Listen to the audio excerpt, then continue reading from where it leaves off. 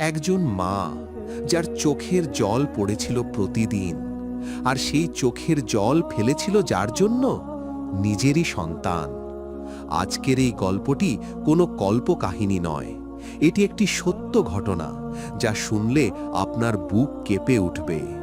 এই গল্পটি এমন এক ছেলের যে জীবিত অবস্থায় মায়ের কান্নার মূল্য বুঝেনি, কিন্তু মৃত্যুর পর তার জন্য অপেক্ষা করছিল এমন এক বাস্তবতা যা সে কখনো কল্পনাও করেনি।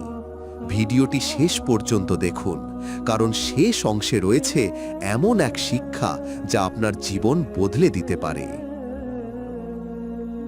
বাংলাদেশের একটি সাধারণ গ্রামে বাস করতেন একজন বৃদ্ধা মা। স্বামী বহু বছর আগে মারা গেছেন।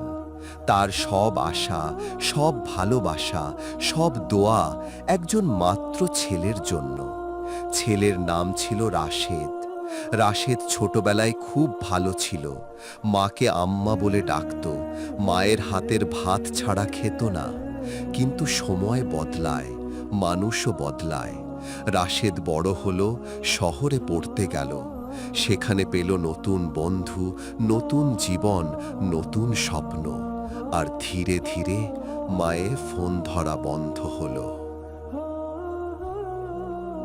মা ফোন করতেন, বাবা কেমন আছিস? রাশেদ বিরক্ত হয়ে বলতো, এত ফোন দিও না, আমি ব্যস্ত।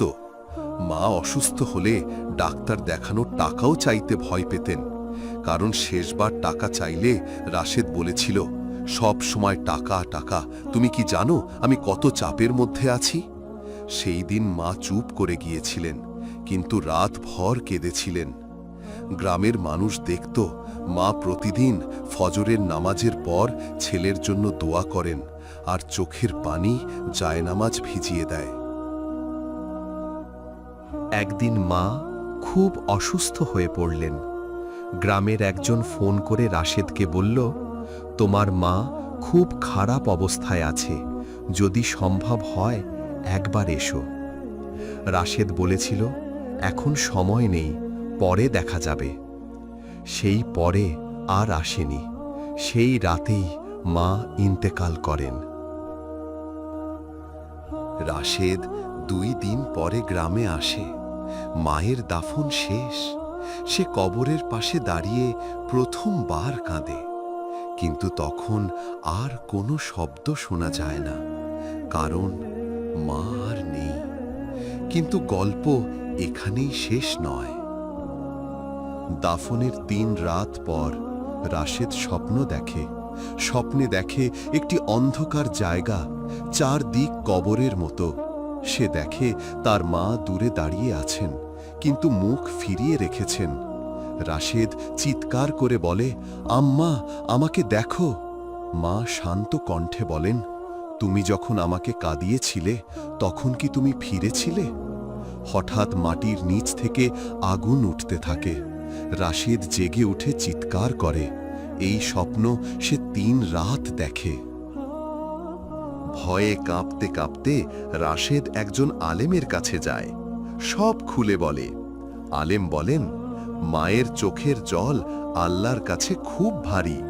তুমি যদি দুনিয়ায় ক্ষমা না পাও, আখেরাতে হিসাব কঠিন হবে। রাশেদ তখন বুঝতে পারে সে শুধু মাকে নয়, আল্লাহকেও কষ্ট দিয়েছে। রাশেদ এখন নিয়মিত কবরস্থানে যায়, মায়ের জন্য দোয়া করে। মানুষকে বলে, তোমরা কেউ আমার মতো ভুল করো না, মা বেঁচে থাকতে তার কান্না থামাও। কিন্তু সত্যটা হলো, কিছু ভুলের ক্ষমা এই দুনিয়ায় আর ফেরত আসে না। প্রিয় দর্শক, আপনার মা কি এখনো বেঁচে আছেন? তাহলে দেরি করবেন না, একটা ফোন করুন, একটা ভালো কথা বলুন, কারণ মায়ের চোখের জল আল্লাহর আরশ পর্যন্ত পৌঁছে যায়। ভিডিওটি যদি আপনার হৃদয় স্পর্শ করে থাকে তাহলে লাইক দিন, এবং এমন সত্য গল্প পেতে চ্যানেলটি সাবস্ক্রাইব করুন। আল্লাহ যেন আমাদের সবাইকে মায়ের হক আদায় করার তৌফিক দেন। আমিন।